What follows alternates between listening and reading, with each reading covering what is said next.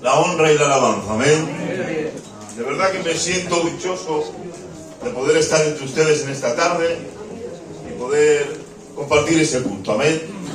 Nunca he estado en esta iglesia, pero bueno, nunca es tarde, amén.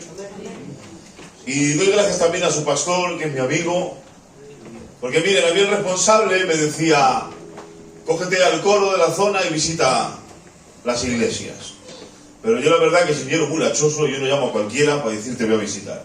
Para mí es como, voy a tu casa a tomar café. Para eso tienes que tener amistad y tener confianza.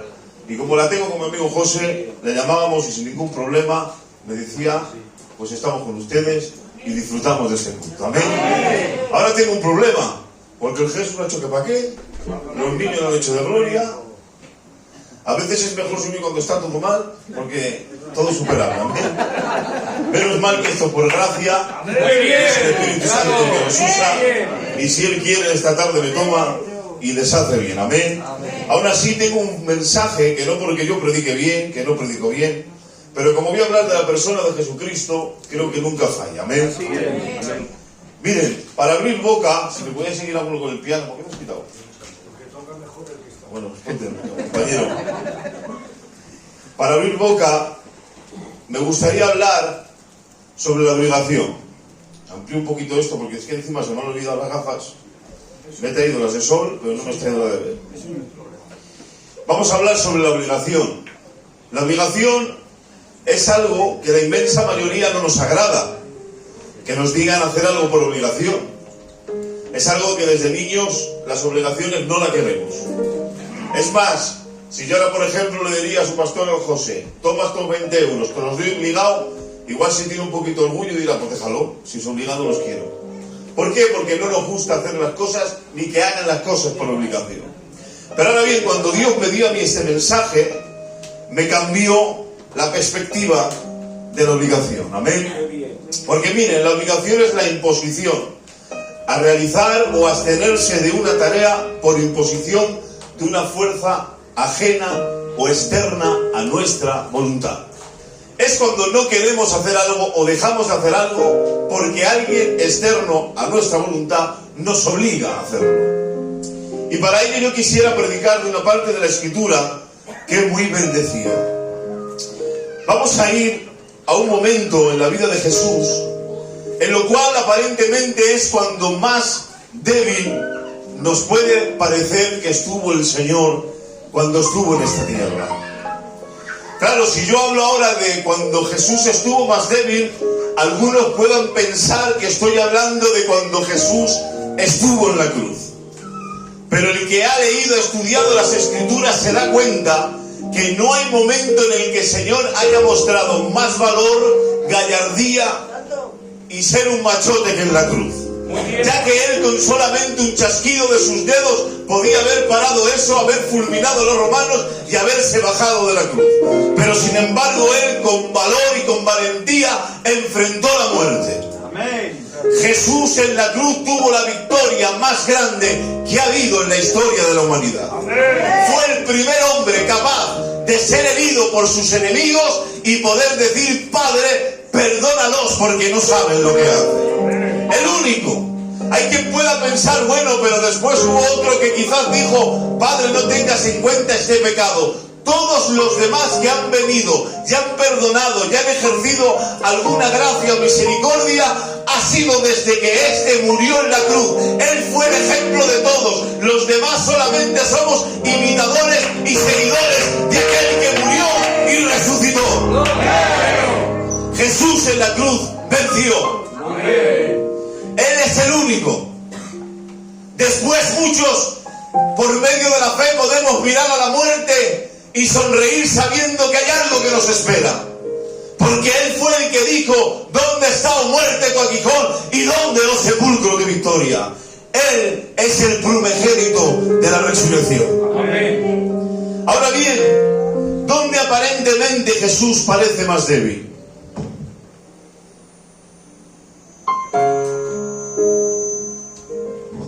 Dice la Escritura en Lucas, capítulo 22, verso 41. Dice, y él se apartó a distancia como de un tiro de piedra. y puesto de rodillas oró, diciendo: Padre, si quieres, pasa de mí esta copa, pero no se haga mi voluntad, sino la tuya. Dice: pasa de mí esta copa, no se haga mi voluntad. Y no solamente lo dice el Evangelio de Lucas, también en Mateo dice: Padre mío, si es posible, que pase de mí esta copa, pero no sea como yo quiero, sino como tú.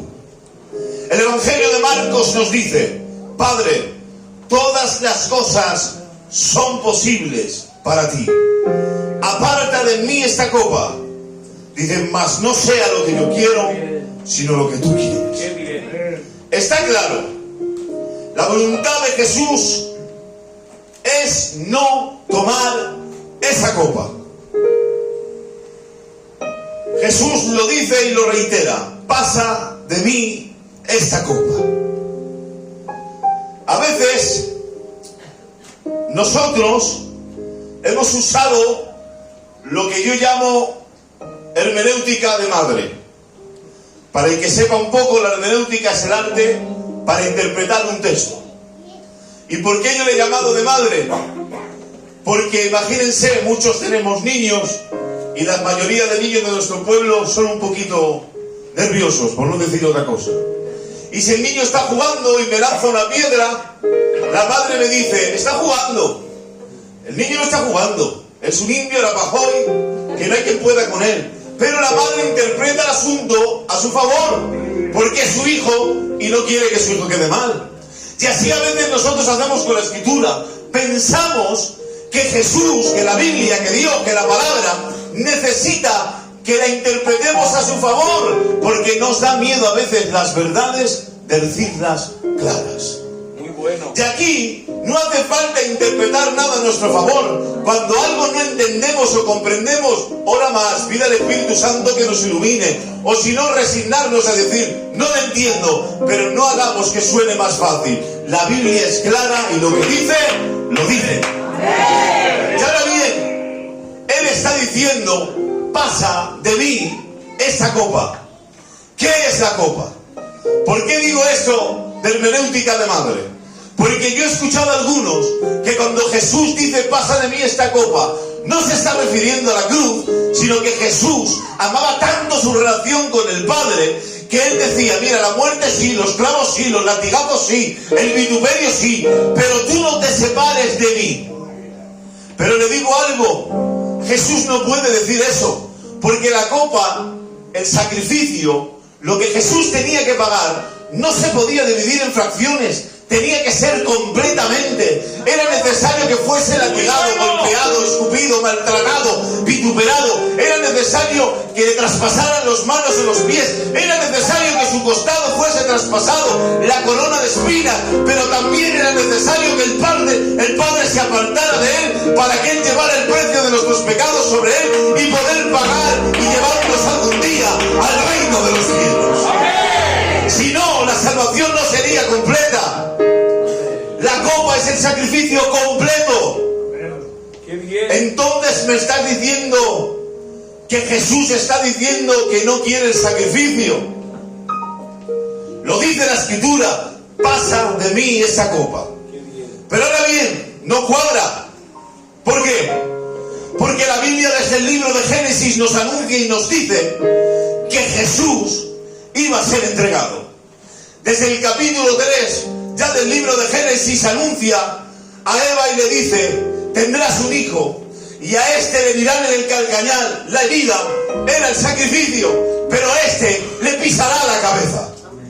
Ya desde el principio se anunció que este tenía que morir. Todo lo que Jesús hizo en la tierra estaba anunciado y profetizado. ¿Dónde nacería? ¿Dónde crecería?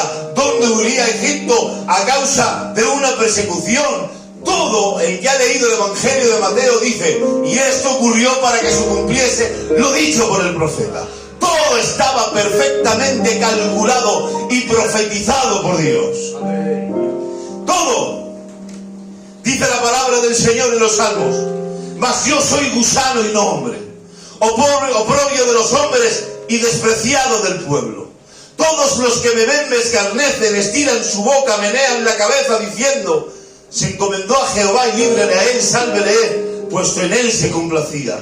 Me han rodeado muchos toros de Basaán fuertes, y han cerrado, y abrieron su boca sobre mí como león rapaz y rugiente, porque perros me han rodeado y me han cercado cuadrilla de malignos.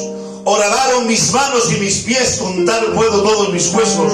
Entre tanto ellos me miran y me observan, y repartieron entre sí mis vestidos, y sobre mi ropa echaron suertes.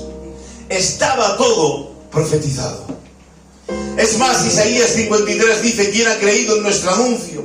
¿Y sobre quién se ha manifestado el brazo de Jehová? Subirá cual renuevo delante de él, y como raíz de tierra seca no hay parecer en él ni hermosura. Le veremos más inatractivo para que le deseemos, despreciado y desechado entre los hombres, varón de dolores y experimentado en el quebranto, y como que escondimos de él el rostro, fue menospreciado y no le estimamos. Profetizado desde el principio que él tenía que sufrir. Él tenía que sufrir el oprobio y el abandono del Padre. Es más, él estaba en la tierra. Él estaba en la tierra y él le dice a su Padre, él le dice a los discípulos: es necesario que yo vaya a Jerusalén, que suba y sea traicionado y sea entregado. Él anuncia varias veces su muerte.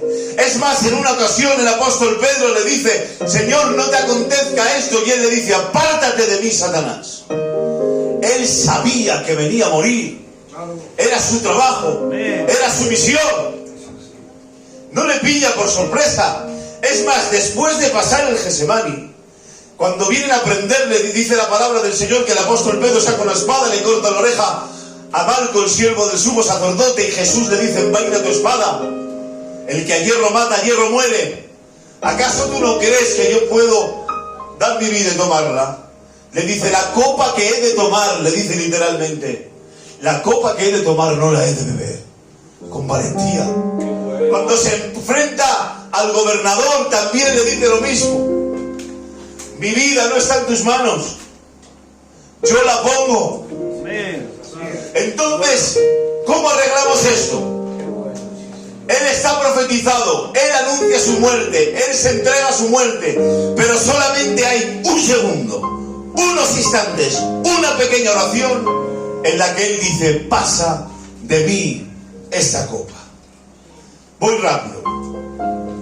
Miren, Jesús era el sacrificio de nuestros pecados.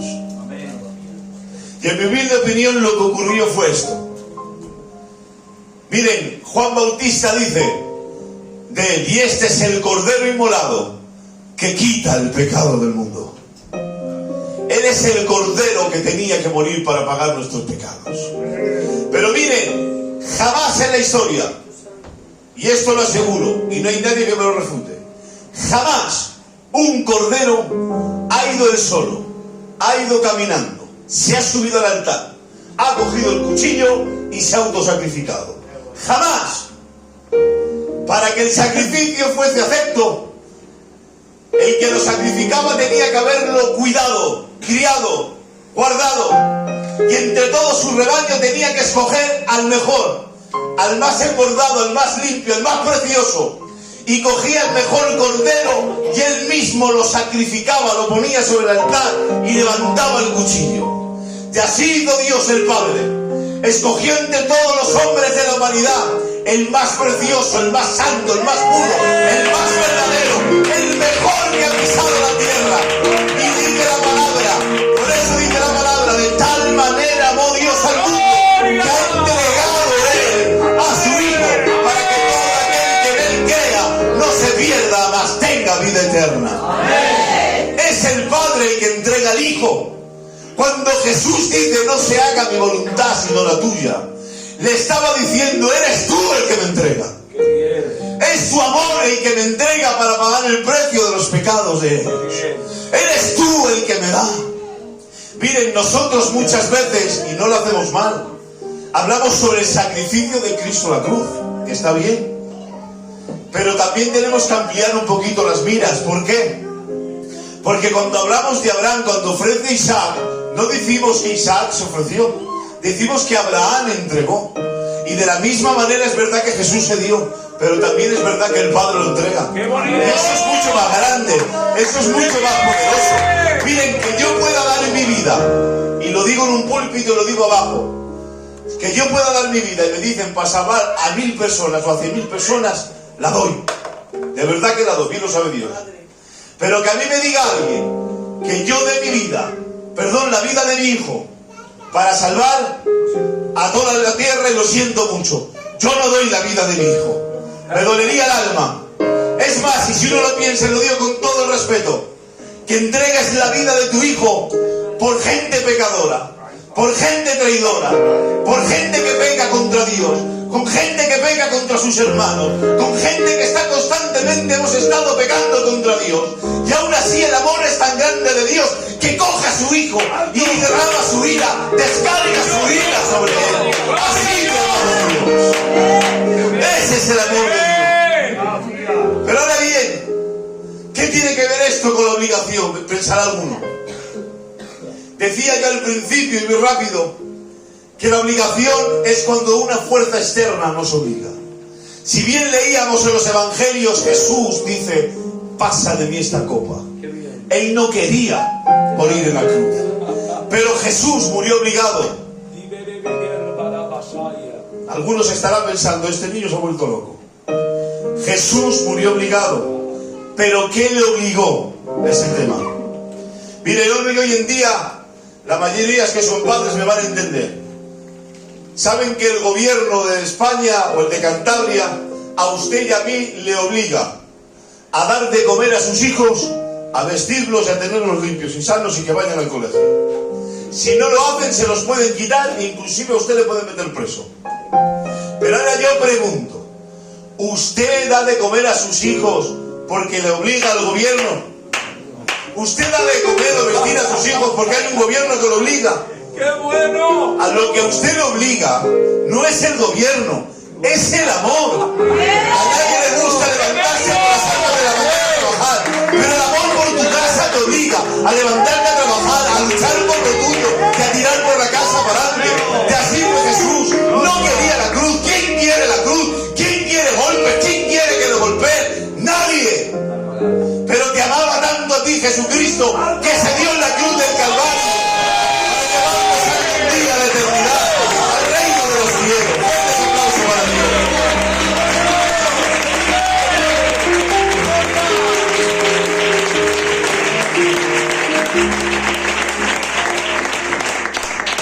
Obligado sí, pero por amor. Miren, voy directo a la aplicación. Le dice Dios a Job, sacrifícame el holocausto y ora por tus enemigos, perdón, por tus amigos. ¿Pero por qué enemigos? Porque Job ha perdido la salud, ha perdido los hijos, ha perdido su dinero, como ustedes saben, pero también ha perdido sus amigos. Porque qué mal siente que cuando uno está mal, que encima vengan tus amigos y te digan, ¿qué habrás mangado? ¿Qué habrás hecho? Encima de ayudarme, me estáis echando polvo, me estáis echando encima basura, me estáis metiendo caña. Dice Job, consoladores nules sois, mejor callaos. Cuando está mal, me habéis hecho mal. Para Dios era muy fácil, para Dios, darle otra vez el dinero, los hijos y la salud. Para Dios facilísimo.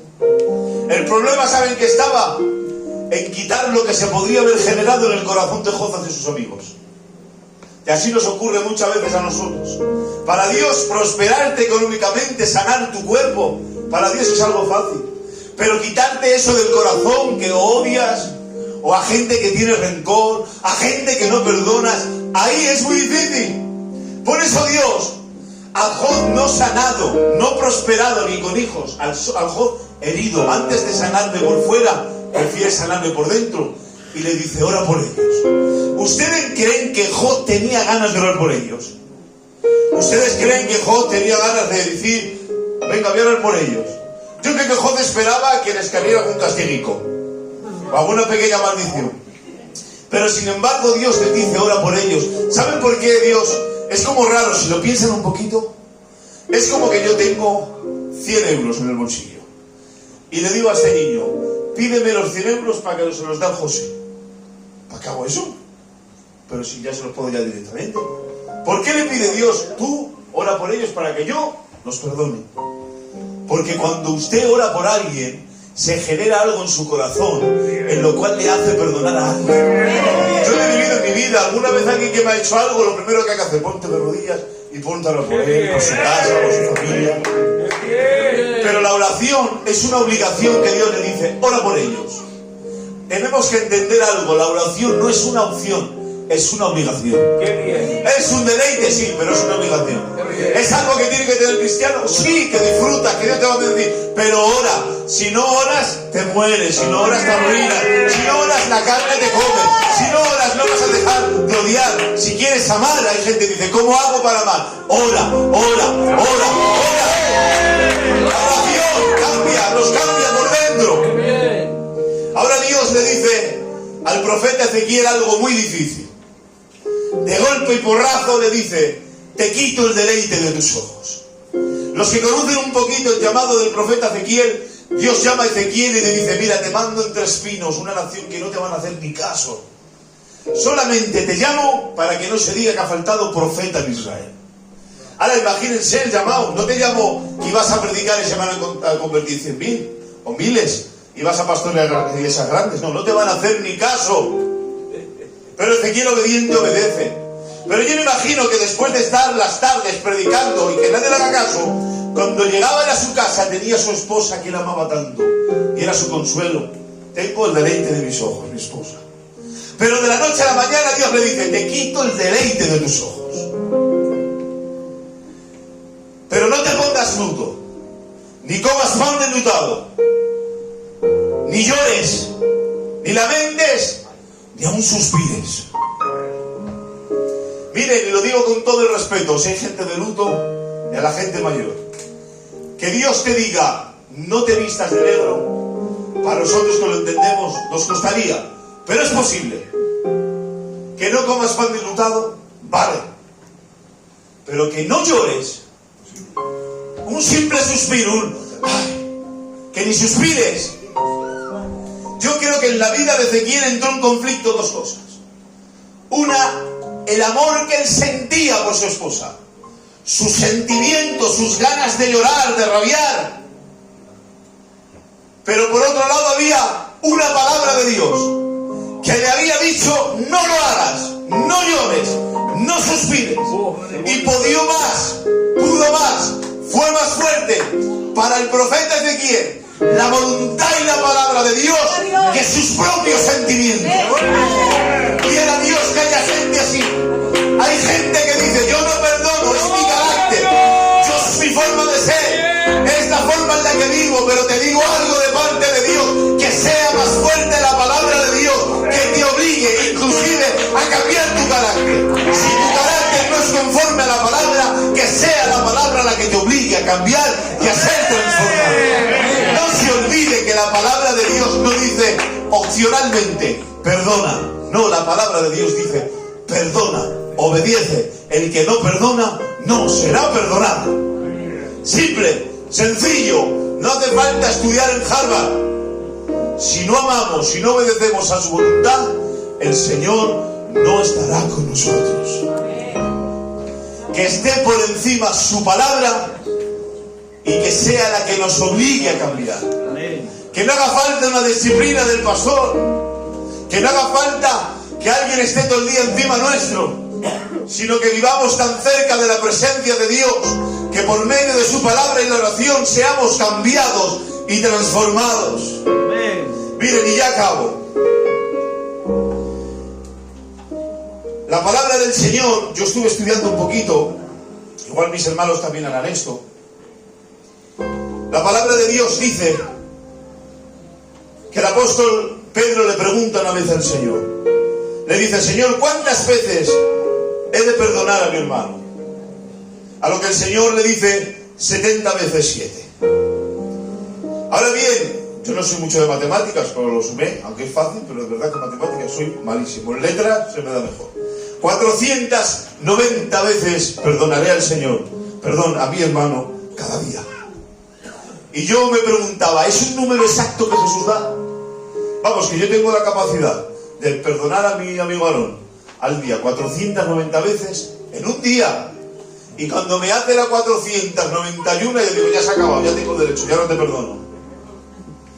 El Señor que estaba diciendo ahí a decir 70 veces 7, estaba diciendo, mira apóstol, cuando quieras perdonar, sé exagerado. Perdona exageradamente. Perdona de tal forma que parezcas hasta tonto. Y lo digo con todo el amor del mundo. A veces el mundo le dice, ¿pero qué te pasa? ¿Cómo perdonas esto? Pues sí, la palabra me dice, perdona, perdona, perdona, perdona. Tenemos que perdonar. Y estoy obligado porque la palabra me lo enseña. Así como el Señor me perdona a mí, yo le tengo que perdonar a usted. Y ya acabo, miren. Estudiando la palabra obligación, hay otros sinónimos que pueden ser parecidos, pero la obligación textualmente solo aparece en las Escrituras 2 veces. Ahora bien, en una es cuando el Señor dice, cuando alguno te obliga a llevar su carga, dice, llévala 2 millas más. Como ustedes saben, imagínense el coraje que le tenía que dar a un hebreo eso. Que tú venías del mercado, cansado, trabajado, y venía un soldado, quien sería, y te decía, toma esta carga, me tienes que ayudar. Y por obligación tenían que llevar la carga 1 milla.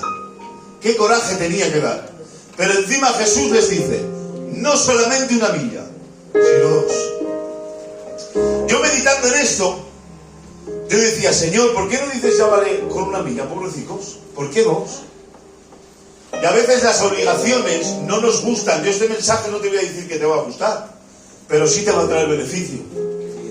Y mirando por casualidad donde otra vez dice la palabra obligación, me hablaba mucho el Señor. ¿Por qué?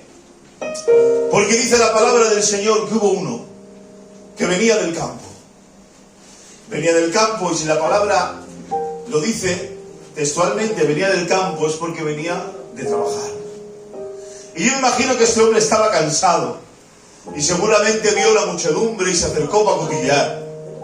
Ahora bien, cuando este hombre se acercó para cotillear, porque había mucha gente, vino un soldado y le dijo, ven bajo, obligado estás a llevar esta carga. Y tuvo que cargar con una carga, con un pedazo de madero que pesaba un montón, y encima tenía que cargarlo con alguien que le estaban insultando, vituperando, con alguien que estaba ensangrentado. Y yo me imagino que esta persona en ese mismo momento diría, ¿por qué he pasado en este momento ahora? ¿En qué hora he ido a esta calle y me he acercado a la multitud? Me han pillado a mí y mira ahora la obligación que tengo. Pero miren el cuadro que este hombre vio. Dice la Escritura. Y llevándole, tomaron a cierto hombre llamado Simón de Cirene, que venía del campo. Y le pusieron encima de él la cruz para que la llevase tras Jesús. Y le siguieron una gran multitud del pueblo y de las mujeres que lloraban y hacían lamentación. Pero miren, imagínenselo ahora la escena. Él cargando la cruz y Jesús delante. Jesús estaba tan golpeado y machacado y herido a latigazos que no tenía fuerzas el pobrecito de cargarla. Como hemos dicho, Jesús como hombre, el mejor hombre. Yo creo que era todo Dios y todo hombre. Pero como hombre, el mejor hombre que ha pisado la tierra. Y yo soy a veces así de cabezón. Yo cargo algo en el mercado que pesa mucho y a veces me piso más que Hércules y tiro, aunque me duele el cuello luego. Pues Jesús era igual, no pidió ayuda. Él siguió tirando hasta que sus fuerzas no le dieron para más. Imagínense cómo estaba, herido, ensangrentado. Y Simón de Cirene estaba detrás, viendo esas espaldas golpeadas, machacadas, que se le podían ver las venas, los tendones, de ver los golpes y latigazos que le habían dado. Pero en ese momento dice, pero Jesús, había unas mujeres que lloraban y se lamentaban de él. Dice, y Jesús, vuelto hacia ella, les dijo, hijas de Jerusalén, no lloréis por mí, sino llorar por vosotras mismas y por vuestros hijos. Porque aquí vendrán días que dirán, bienaventuradas las estériles y los vientres que no concibieron y los pechos que no criaron. Y entonces comenzaron a decir los montes, caer sobre mí los montes y los collados, cubriros, porque si al árbol verde le hicieron estas cosas, ¿qué no será al seco? No hay quien lo aguante, herido, golpeado, maltratado, sin fuerzas para llevar el madero, pero aún así mira al lado y sigue profetizando y sigue hablando. Esa escena que Simón de Cirene estaba obligado a llevar, le cambió la vida para siempre. Porque cuando la Biblia dice Simón de Cirene, hijo de tal, como dice la Escritura, es porque ya era conocido, porque su casa era parte de la iglesia, su casa era conocida en toda la iglesia del Señor. Algo que una vez fue obligado se convirtió en la salvación para su casa. Y quizás él algún día, en ese momento, como decía al principio, él se lamentaba, pero yo me imagino y lo creo, aunque no lo diga la palabra, que él de viejo se sentaría con sus nietos y diría: mira, de este que predica el apóstol Pablo o el apóstol Juan, yo le ayudé a llevar la cruz, yo cargué con esa cruz, yo vi cómo sus espaldas sangraban, pero yo colaboré con aquel que murió y pagó por nuestros pecados. ¿Qué quiero decirle con esto? A veces hacemos cosas obligados, pero que no me obligue a predicar que me vea la gente, sino el amor por la iglesia. A veces ayudo a alguien obligado, pero que la obligación sea el amor, que sea el amor conyugal, el amor de la iglesia, el amor por su palabra, lo que nos obligue a vivir cerca de Dios. Me gustaría apagar un poquito las luces. Joel, si puedes, chicos, sacar ese del amor.